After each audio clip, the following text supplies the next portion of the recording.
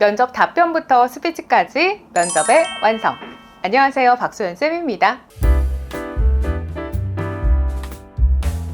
이번 영상은 빠르게 보는 기업 분석 삼성전자 편입니다. 자, 먼저 삼성전자 기출 질문부터 보여드릴게요. 질문 먼저 보고 영상 내용 시작할게요.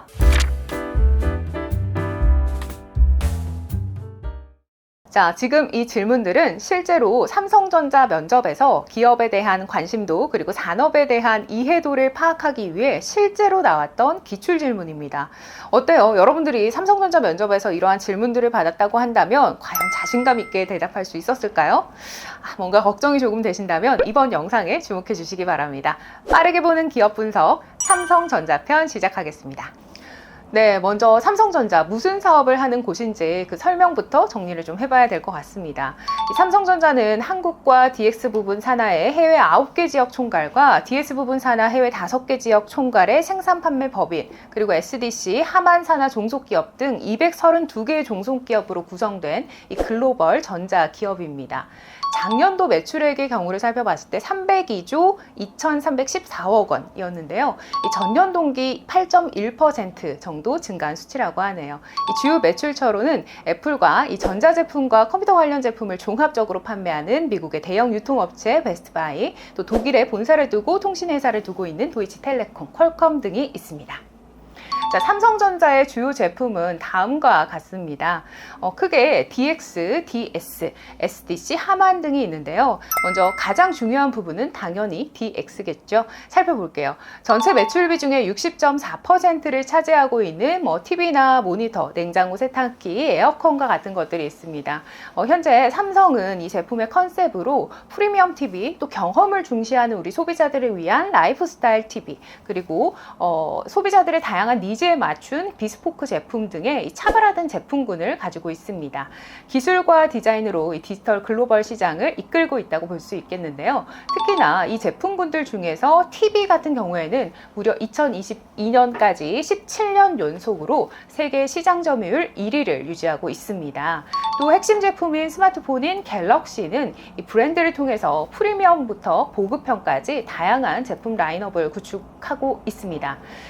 삼성전자는 앞으로도 이런 프리미엄 TV와 라이프스타일 TV 시장에서 혁신적인 노력을 지속해서 이어가고, 또 비스코프 제품의 글로벌 판매를 본격적으로 강화하는 한편에 갤럭시 에코시스템을 통해서 고객들이 이 모바일뿐만 아니라 TV와 가전까지 편리하게 직접적으로 활용을 할 수 있는 이 최고의 멀티 디바이스 익스피리언스를 제공하고자 노력하고 있습니다. 자, 이와 관련된 내용 등은 우리가 뒤쪽에서 뉴스를 통해서 조금 더 자세히 살펴보도록 하겠습니다.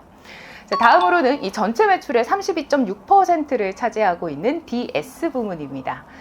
이 부분에서는 D램과 낸드 플래시, 모바일 AP 등이 있는데요. 더 구체적으로 좀 정리를 해보자면 DS 부분은 D램과 낸드 플래시 등의 제품을 생산 판매하는 메모리 반도체 사업과 또 모바일 AP, 카메라 센서 칩 등을 설계 판매하는 이 시스템 LSI 사업, 반도체 제조 위탁 생산을 하는 파운더리 사업 등으로 구성이 되어 있습니다. 특히 이 중에서도 우리가 파운더리 사업 같은 경우에 최근 이슈가 좀 많죠. 이 파운더리 사업은 선단 공정에서 요소 기술과 신구조 도입을 통해서 기술 경쟁력을 확보하고, 그리고 글로벌 반도체 공급 부족 상황에도 불구하고 이 안정적인 공급 역량을 확보하는 한편에 또 레거시 공정에 대한 지속적인 수요 강세에도 적극적으로 대응하면서 그 사업을 꾸준히 확장 중에 있습니다. 이 외에도 이 스마트폰용 OLED 패널을 생산하는 SDC 부분, 또 스피커나 디지털 콕핏, 텔레매틱스를 다루고 있는 하만 부분 등이 있다는 점 참고하시면 되겠습니다. 자, 그럼 오늘의 이 삼성전자를 만들어낸 데에는 당연히 이 반도체라는 키워드를 빼놓을 수가 없겠죠. 자, 삼성전자는 1969년 1월 13일 설립된 이후 이 고 이병철 회장님이 일본의 산요전기와 스미토모 상사와 함께 협작법인인 삼성 산요전기를 만들어 지금의 삼성 디지털 시티 부지에 설립을 했는데요.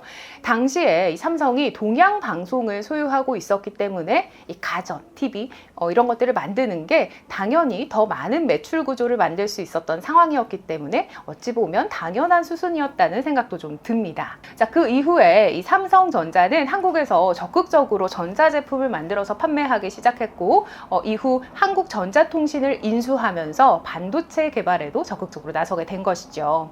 자, 그래서 우리가 반도체 산업에 대해서 그래도 이해를 하려면 몇 가지 공부가 조금 필요합니다. 아주 깊숙이까지는 못 다루고 용어 정도는 간단하게 다뤄보도록 할게요.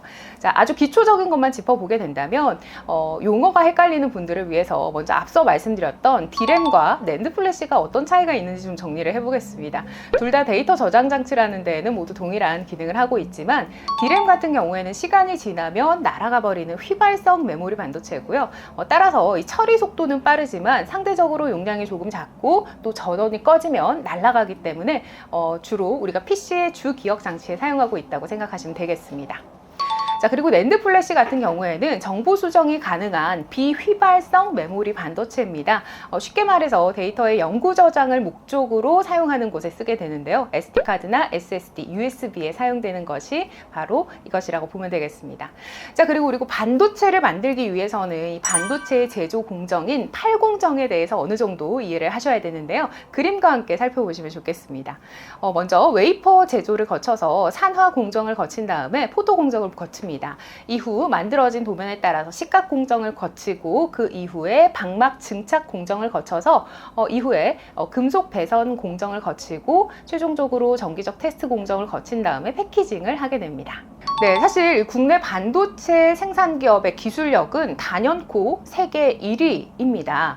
특히나 작년도 D램 분야에서 삼성전자의 점유율은 40.6%에 달했다고 하는데요. 사실 반도체는 이 산업의 쌀과 같은 역할을 하고 있기 때문에 지금처럼 4차 산업혁명으로 인해서 인공지능과 자율주행차가 많아지고 있는 이 시기에 반도체에 대한 수요는 앞으로도 꾸준히 늘어날 수밖에 없는 상황이기는 합니다.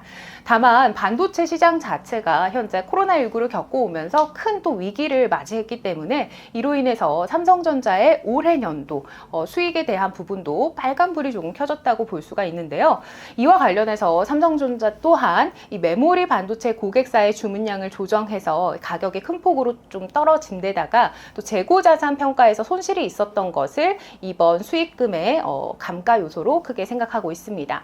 그래서 당해년도 수익 부분에 대해서는 삼성전자의 경우 최소 2조 원, 하이닉스 같은 경우 최소 4조 원의 분기 적자가 예상이 된다는 일부의 견해도 있습니다. 만약에 이번에 진짜 분기 적자가 나게 된다면 금융위기 직후인 2009년 1분기 이후에 무려 14년 만에 적자라고 볼 수가 있겠습니다. 그래서 이 당해년도에 삼성전자가 감산 계획을 철회했다는 일부 언론 보도와는 달리 또 한편에서는 이미 삼성전자가 상당한 규모로 감산을 진행하고 있다는 소식도 있습니다. 그래서 일부 테스트나 부품 업체 등에 따르면 2023년 1분기 삼성전자에서 수주한 물량이 지난해 대비 30% 이상 감소했다는 뉴스 보도도 확인할 수가 있었습니다. 자, 그래서 우리가 파운더리 시장도 살펴보지 않을 수가 없는데요. 파운더리 시장 같은 경우에는 현재 TSMC에 비해서 시장 점유율은 다소 낮은 편입니다. 당해년도 1분기를 기준으로 살펴봤을 때 TSMC가 60%, 삼성전자는 13% 정도로 현재 TSMC가 오히려 증가하고 삼성전자는 작년 대비 2%포인트 내외 감소한 것을 확인할 수가 있었는데요. 이와 관련해서 실패 요인을 대체로 전략적 요인으로 꼽고 있기는 합니다. TSMC는 고객과 경쟁하지 않는다를 모토로 놓고서 이 고객사들의 설계 유출에 대한 걱정을 덜어주었죠. 더불어 미세 공정 기술이나 공정 조건의 최적화 등 이래서 수율을 좀 높인 부분도 있고요. 또 다양한 IP 자산을 획득한 것이 이 TSMC의 적절한 전략이었다는 평가가 있습니다. 두 사의 각축은 아직도 여전하고요. 지난해 TSMC와 삼성전자는 이 3나노 파운드리 공정을 두고서 각축을 벌였었는데 6월에 이 삼성전자가 세계 최초로 3나노 양산 성공을 알리면서 또 승기를 잡았던 적도 있었습니다. 자, 그래서 이 삼성전자는요, 파운드리 사업에서 2018년부터 자동차용 반도체 솔루션을 양상하면서 차량용 반도체 사업에 본격적으로 또 진출을 한 바가 있습니다. 차량용 반도체 공정을 14나노부터 시작했는데 8나노를 거쳐서 5나노까지 확대한 성과를 보이고 있습니다. 자, 이 삼성전자가 최근에는 또 현대자동차와 엔비디아 등으로 인해서 이 차량용 첨단 반도체 수주 고객을 좀 넓혀가고 있다는 소식도 들려오고 있는데요. 이 삼성전자 DS 부문장 겸 대표이사의 사장님께서 자율주행 등의 미래차 시대를 맞아 이 파운드리 사업의 중심축을 차량용 반도체로 옮겨가는 작업에 들어갔다고 밝힌 바가 있습니다. 이 삼성전자는 최근 현대차로부터 이 첨단 운전자 보조 시스템과 인포테인먼트를 구현하는 핵심 칩 칩 생산을 5나노 공정에서 수행해달라는 의뢰를 받았다고 하고요. 또 엔비디아로부터는 8나노 자율주행 관련 차량용 반도체 생산 위탁을 따냈다고 합니다. 자, 그리고 우리 갤럭시를 떠올리면 최근에 이 키워드를 안 떠올릴 수가 없죠. 바로 애플페이인데요. 애플페이가 최근 국내에서 서비스를 시작하게 되면서 사실 삼성전자도 현재 분주하게 움직이고 있다고 합니다. 애플페이가 출시 당일 100만 명의 사용자를 확보했다는 소식이 전해졌는데요. 이 삼성전자는 네이버와 페이 서비스 협력 일정을 보다 앞당겼고요. 무려 일주일이나 또 고속버스 탑승권 담기 기능을 추가하는 등의 애플페이 확산에 경계를 보이고 있는 모습입니다.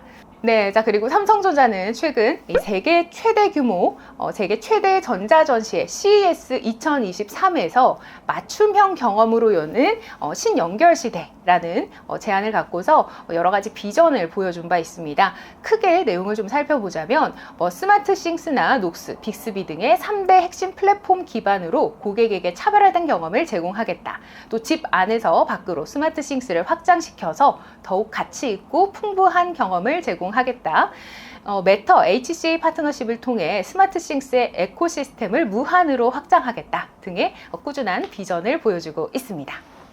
자, 마지막으로 삼성전자의 2023년 신년사를 통해 본 핵심 키워드 정리하겠습니다.